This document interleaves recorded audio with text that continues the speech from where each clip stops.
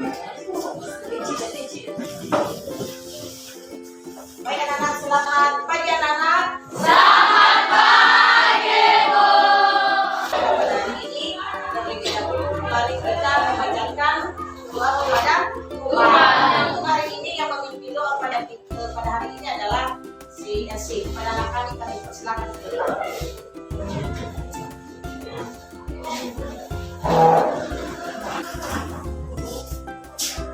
Mari teman-teman, mari kita berdoa.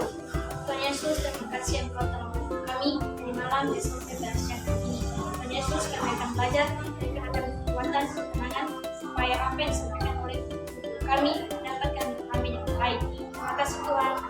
Amin.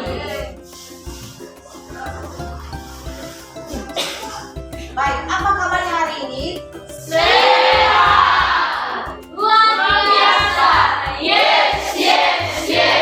Baik, terima kasih. Harap nanti sehingga akhir pelajaran kita tetap semangat.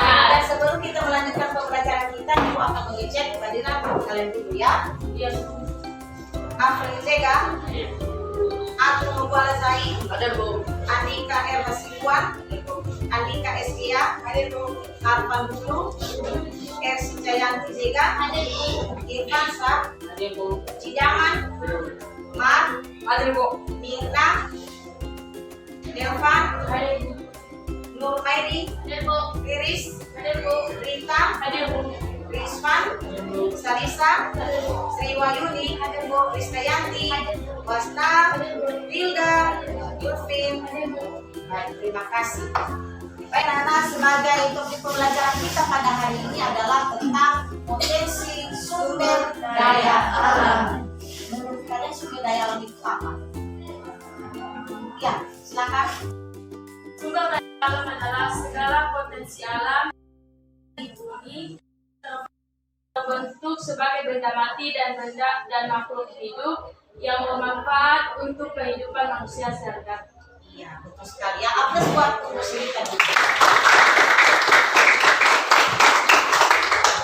Pertanyaan kedua, menurut kalian pengelompokan sumber daya alam itu apa saja?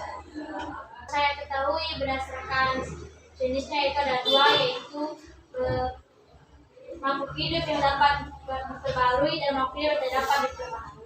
Iya, ya. Satu lagi tadi ada berdasarkan habitatnya. Jadi ada tiga sebenarnya pengelompokan jenis sumber daya alam. Yang pertama tadi sumber daya alam berdasarkan sifatnya, dan yang kedua sumber daya alam berdasarkan jenisnya, dan yang ketiga sumber daya alam berdasarkan habitatnya. Tujuan pembelajaran kita mempelajari tentang potensi sumber daya alam itu ialah yang dimana peserta didik atau anak kami dapat menganalisis jenis-jenis potensi sumber daya alam kalau secara umum. Nah, di sisi lain juga anak-anak kami ya bisa menguraikan jenis-jenis potensi sumber daya alam yang ada di Indonesia. Dan yang ketiga, ya, dengan nanti kita mengerjakan LKPD, maka anak-anak kami nanti bisa mengkaitkan ya atau bisa memasangkan kartu soal dengan kartu jawaban yang sudah Ibu sediakan nanti kepada kita. Nah, untuk itu Ibu akan menayangkan dulu video tentang ya pengelompokan potensi sumber daya alam. Jadi Ibu harap nanti di sini anak-anak kami diharap untuk mengamati, melihat, menonton, mendengar apa yang akan Ibu bayangkan di depan ini. Halo, Assalamualaikum teman-teman. Kali ini kita akan belajar bersama ya dalam materi potensi sumber daya alam Indonesia. Mari kita mulai dan tetap semangat. Pernahkah kalian mendengar istilah sumber daya alam? Sumber daya alam adalah semua bahan yang ditemukan manusia dalam alam yang dapat dipakai untuk kepentingan hidupnya. Bahan tersebut dapat berupa benda mati maupun benda hidup yang berada di bumi dan dapat dimanfaatkan untuk memenuhi kebutuhan hidup manusia. Jadi, apapun yang ada di alam yang dapat dimanfaatkan untuk memenuhi kebutuhan hidup manusia dapat dikatakan sebagai sumber daya alam. Yuk teman-teman, kita pelajari mempelajari lebih lanjut tentang sumber daya alam? Berdasarkan sifatnya, sumber daya alam dapat digolongkan menjadi sumber daya alam yang dapat diperbaharui dan sumber daya alam yang tidak dapat diperbaharui. Apa perbedaannya ya? Sumber daya alam yang dapat diperbaharui artinya sumber daya alam yang apabila kita pakai terus-menerus tidak akan habis. Sumber daya alam yang dapat diperbaharui terdiri dari sumber daya alam hayati yang berisi pohon, semak, paku-pakuan, rumput, jamur, dan lain sebagainya. Hutan Indonesia memiliki potensi yang sangat besar, yaitu mencapai 99,6 juta hektar atau 52,3% dari luas wilayah Indonesia. Luas hutan yang besar tersebut saat ini masih dapat dijumpai di Papua, Kalimantan, Sulawesi, dan Sumatera. Hutan di Indonesia banyak menghasilkan kayu. Setidaknya terdapat 4.000 jenis kayu yang 267 diantaranya merupakan kayu yang memiliki nilai ekonomi tinggi. Contohnya, kayu meranti yang dihasilkan di Pulau Papua, Sulawesi, dan Kalimantan. Kayu jati banyak dihasilkan di Jawa Tengah. Rotan banyak dihasilkan di Kalimantan, Sumatera Utara, dan Sumatera Barat. Kayu cendana banyak dihasilkan di Nusa Tenggara Timur. Dan kayu akasia banyak dihasilkan di Jawa Barat. Banyak sekali hasil hutan yang dihasilkan oleh negara kita ya teman-teman. Kita harus bersyukur tinggal di Indonesia karena sumber daya alamnya yang sangat banyak. Teman-teman, tahukah kalian ternyata hutan itu sangat banyak jenisnya? Yang pertama, hutan hujan tropis. Ini adalah jenis hutan yang paling banyak di Indonesia. Ciri khas dari hutan ini, ukuran pohon yang tinggi, berdaun lebar, dan selalu hijau. Yang kedua, hutan musim. Biasanya, pohon-pohon di hutan musim menggugurkan daunnya pada musim kemarau. Yang ketiga, hutan sabana. Sabana merupakan padang rumput yang dikelilingi pepohonan dan banyak terdapat semak belukar. Sabana umumnya dijumpai di Pulau Nusa Tenggara. Yang keempat, hutan bakau. Biasanya tumbuh di pantai yang terkena pasang surut air laut. Hutan bakau sangat penting karena menjadi tempat tinggal untuk berbagai jenis ikan dan udang. Tahukah teman-teman manfaat dari hutan? Yang pertama, hutan menyimpan air hujan dan kemudian mengalirkannya ke sungai-sungai dan danau, sehingga pada musim kemarau tidak mengalami kekeringan. Yang kedua, hutan berfungsi sebagai tempat hidup bagi flora dan fauna yang menjadi sumber makanan dan obat-obatan pada saat ini maupun pada masa yang akan datang. Yang ketiga, hutan mencegah terjadinya erosi atau pemipisan karena air hujan tidak langsung jatuh ke tanah dan mengikis tanah-tanah yang subur. Keempat, hutan menghasilkan oksigen dan menyerap karbon dioksida sehingga suhu di bumi terkendali. Dan yang kelima, hutan berfungsi sebagai sumber kehidupan bagi masyarakat dari produk yang dihasilkannya. Nah teman-teman, banyak sekali manfaat dari hutan itu ya. Namun sayangnya hutan telah banyak mengalami kerusakan akibat ulah manusia. Kita harus ikut menjaga kelestarian hutan ya. Contohnya dengan memelihara tanaman dan ikut serta dalam kegiatan penghijauan. Nah teman-teman, sampai di sini dulu ya pembahasan tentang hutan. Kita bertemu lagi pada kesempatan selanjutnya. Wassalamualaikum warahmatullahi wabarakatuh. Ya, jadi demikian tadi hasil dari penyampaian video tentang pengelompokan potensi sumber daya alam. Jadi anak-anak kami tadi tentunya sudah mengamati, ya, sudah melihat, menonton, mendengar, ya, daripada video pengelompokan potensi sumber daya alam. Nah sekarang anak-anak kami tugasnya adalah berdiskusi dengan teman sebangku. Ya, silakan berdiskusi dengan teman sebangku dengan apa yang tadi yang sudah diamati. Nah, setelah nanti didiskusikan, artinya kamu itu membuat beberapa pertanyaan daripada ini tadi video yang sudah ibu tampilkan, yang sudah kalian amati. Ya, 1, 2, 3 pertanyaan saja. Dipersilakan dikasih selama 2 menit saja.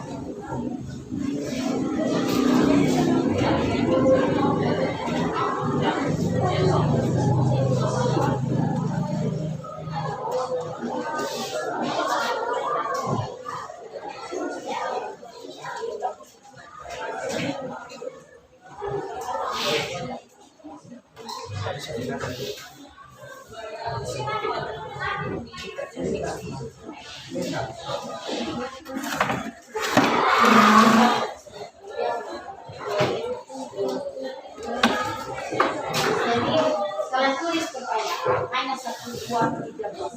Artinya pertanyaan itu disesuaikan dengan video tadi yang sudah dipegang.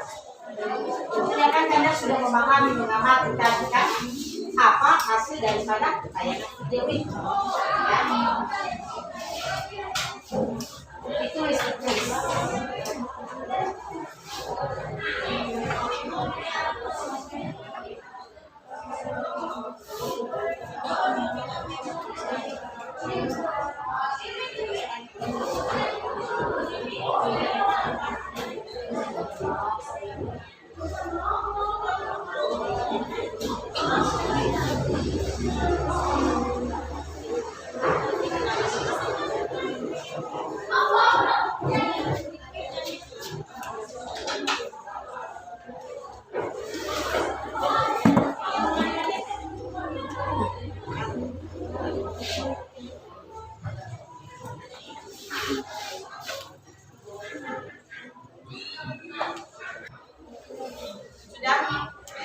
Sudah selesai dibuat pertanyaannya? Sudah. Ibu akan menjelaskan dulu seperti yang sudah dijelaskan dari awal bahwa sumber daya alam itu adalah merupakan segala sesuatu yang ada di alam, ya, yang bisa dimanfaatkan oleh manusia untuk memenuhi kebutuhan hidupnya dalam kehidupan sehari-hari. Nah, sumber daya alam itu, ya, potensi sumber daya alam itu secara umum dikelompokkan, ya, menjadi beberapa bagian. Ada berdasarkan sifatnya, ada berdasarkan jenisnya, dan ada berdasarkan habitatnya. Ya, nah kalau berdasarkan sifatnya ini, ya, sumber daya alam itu dibagi dua. Ada yang diperbaharui dan ada yang tidak dapat diperbaharui. Ya. Jadi maksud daripada sumber daya alam yang dapat diperbaharui itu adalah sumber alam yang dapat dibentuk kembali, bisa dibentuk kembali secara alami maupun bisa dibentuk kembali oleh manusia. Ya. Contohnya, ya, misalnya hutan. Pernah kalian lihat hutan kan? Jadi hutan itu bisa berkembang secara alami. Dan bisa juga hutan itu dimanfaatkan oleh manusia sebagai lahan perkebunan, lahan pertanian. Nah, kalau sumber daya alam yang tidak dapat diperbaharui, artinya sumber daya alam itu sangat terbatas jumlahnya. Artinya kalau misalnya kita ambil terus benda tersebut, maka akan habis. Misalnya minyak bumi kan tidak berkembang. Artinya jumlahnya terbatas. Kalau habis minyak bumi diambil oleh manusia, maka tidak ada lagi, habis. Tidak ada lagi penambahan. Kan seperti tadi hutan itu bisa diperbaharui. Nah, itu adalah sumber daya alam berdasarkan sifatnya. Kalau sumber daya alam berdasarkan jenisnya ini, ya ini dia ada dua. Ya, ada sumber daya alam biotik dan ada sumber daya alam abiotik. Kalau sumber daya alam biotik itu adalah sumber daya hayati. Ya, sumber daya hayati artinya sumber daya alam itu, ya, berasal dari hewan dan tumbuhan. Ya, berasal dari hewan dan tumbuhan. Misalnya di situ ada kehutanan, apalagi ada perikanan, pertanian dan peternakan.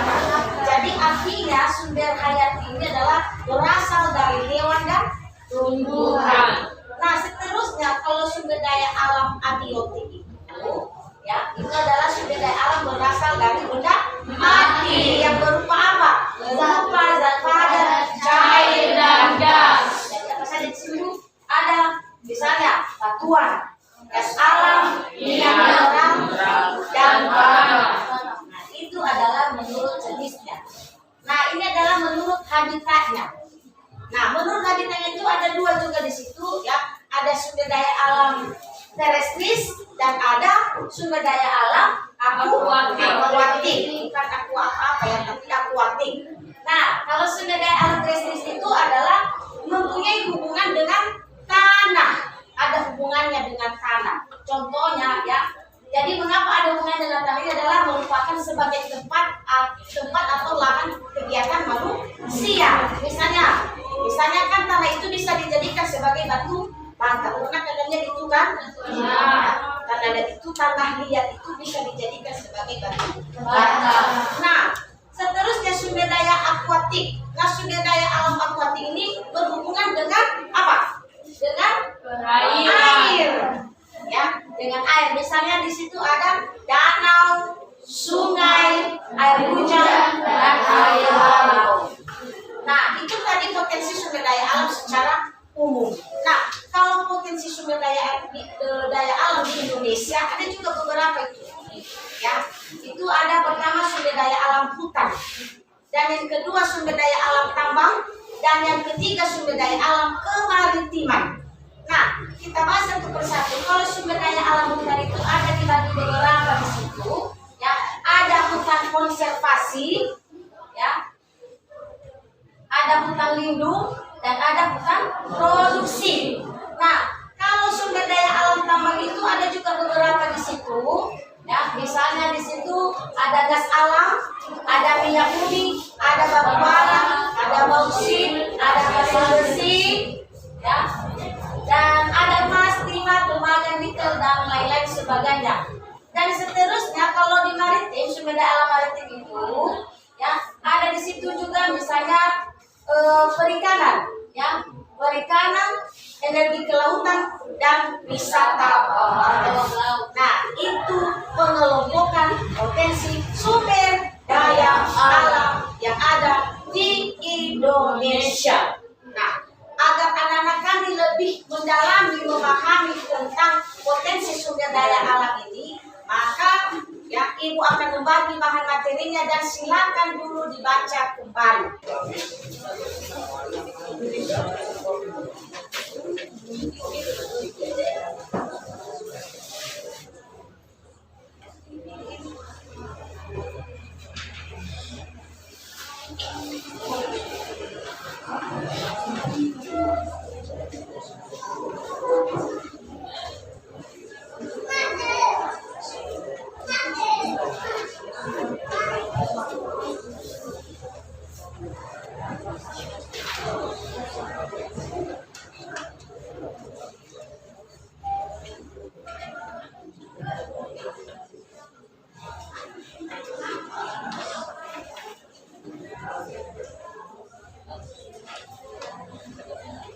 Bagaimana sudah bisa dipahami tadi tentang pengelompokan potensi sumber daya alam setelah dibaca materinya? Bagaimana? Sudah bisa dipahami? Baik. Sekarang kita masuk pada kegiatan, ya. Ibu akan membagi kelompok dulu, ya, karena setelah ini kita akan mengerjakan PKD. Itu Ibu akan membagikan kelompok. Nah, di sini kelompok dua di sana.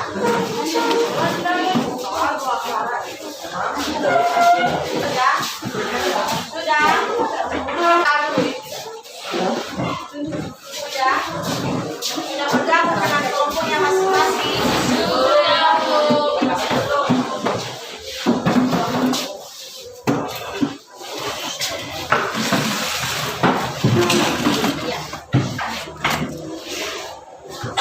Sudah.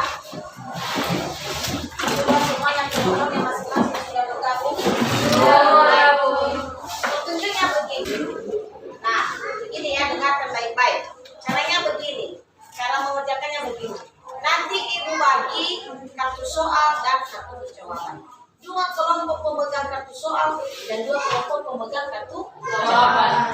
Nah, jadi setelah itu nanti sudah ibu bagikan, jangan dibuka dulu nanti kartu soalnya ya, dan jangan dibuka dulu kartu Jawabannya. Nanti ibu kasih aba-aba. Ya, nah setelah itu nanti masing-masing setiap kelompok bagi pemegang soal kamu cari jawaban pada pemegang jawaban. Ya, dan mempresentasikan ke depan hasil daripada jawaban dan soal. Ya, jadi itu nanti menunjuk 1 persatu atau 2 orang setiap kelompok. Nah, ibu akan bagikan kertas soalnya dulu. Ini adalah kartu soal ya, kartu soal. Nah, sekarang ibu bagikan kartu jawaban kepada kelompok yang memiliki jawaban ya.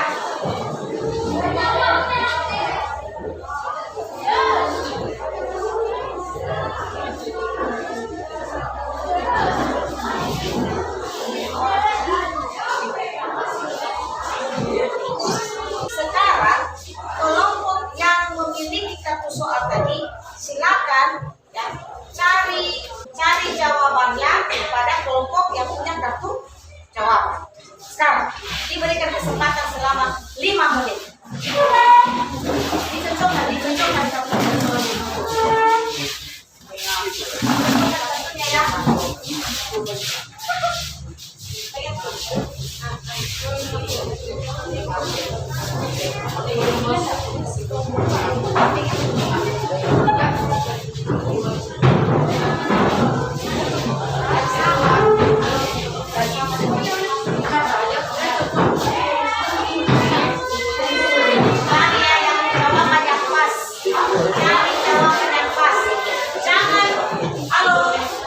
Jangan salah orang ya, jangan salah orang kan.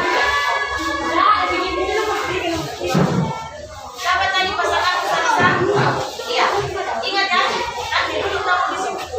Ya, bagi yang sudah dapatkan jawabannya duduk di situ ya. Duduk.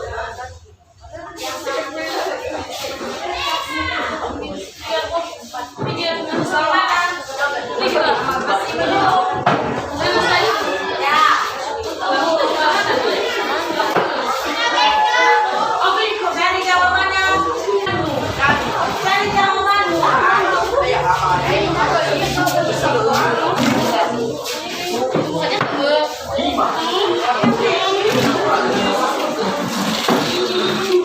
Cari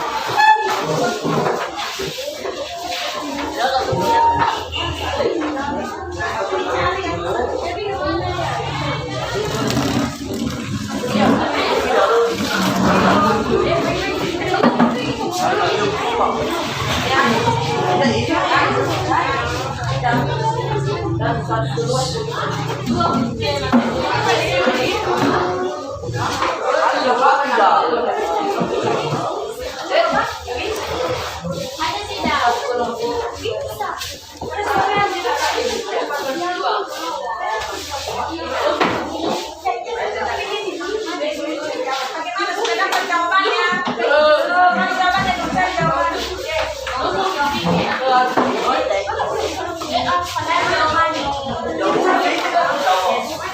Gimana ada yang sudah dapat jawabannya? Jangan yang sudah dapatkan jawaban kembali ke tempatnya ya, kembali ke tempatnya masing-masing.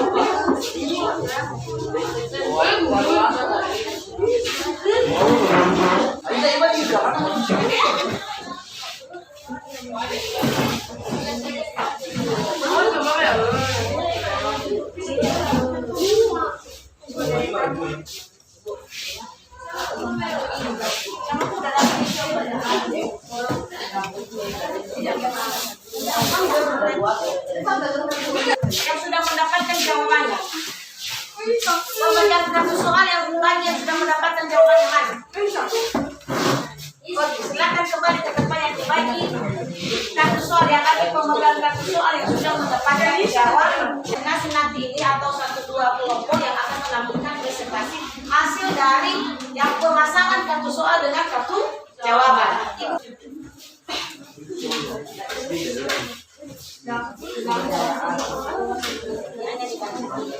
Dibacakan soalnya, kami yang bacakan soalnya tadi yang jawabannya. Jadi silakan, silakan dengarkan soalnya dan dengarkan jawabannya. Jadi yang membacakan soal adalah yang memegang kartu soal, yang membacakan jawaban adalah memegang kartu jawaban. Ya, silakan. Baik, jelaskan potensi sumber daya kelautan apa saja yang terdapat di Indonesia sebagai upaya mendukung program Indonesia sebagai poros maritim di dunia. Jawaban: tanah, karang, hutan mangrove, sumber daya migas dan mineral, untuk laut, transportasi laut, keimbangan pantai, taman laut, dan lain-lain. Nah, bagaimana dengan jawaban dari kartu soal yang sudah dipegang sendiri? Menurut kalian pas atau bagaimana? Pas. Jadi jawabannya benar. Atas buat mereka. Terus kalau jadi ini pegang kartu soal dan pegang kartu jawaban. Dengarkan dulu. Kartu soal. Baik, terima kasih kesempatan yang diberikan kepada kami. Kami akan mempresentasikan hasil dari jawaban kami. Pertanyaannya yaitu, apakah yang melalui perbedaan potensi alam pada daerah-daerah yang ada di Indonesia? Jawaban: adanya perbedaan letak geografis Penny berdampak ke bab utama, karena perbedaan tersebut berdampak pada perbedaan penawaran dan permintaan antar daerah di Indonesia, letak astronomis dan letak geologis. Baik, bagaimana dengan jawabannya? Pas. Pas atau bagaimana? Pas. Jadi benar jawabannya.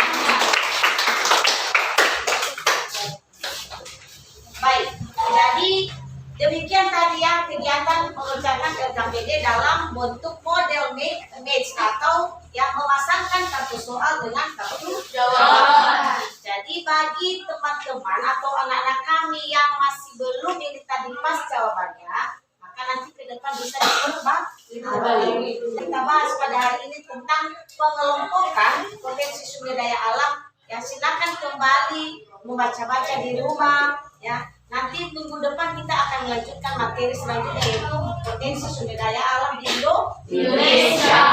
Jadi untuk itu anak-anak kami ya ibu ingatkan kembali bahwa sumber daya alam itu adalah merupakan segala sesuatu yang ada di alam ini yang bisa dimanfaatkan oleh manusia dalam memenuhi kebutuhan di dunia sehari-hari. Jadi kegiatan pembelajaran kita pada hari ini. Jadi untuk itu kita akan mengakhiri kegiatan pembelajaran kita dan untuk berdoa untuk menyelesaikan kegiatan kita dibawakan oleh si Riris. Kami persilakan. Bagi kami yang bisa-bisa, tolonglah kami di perjalanan agar kami bisa sampai di rumah kami masing-masing. Ya Tuhan, hanya ini doa kami dan kami mengucap syukur. Amin. Karena demikian kegiatan kita pada hari ini. Selamat pagi dan sampai jumpa minggu depan.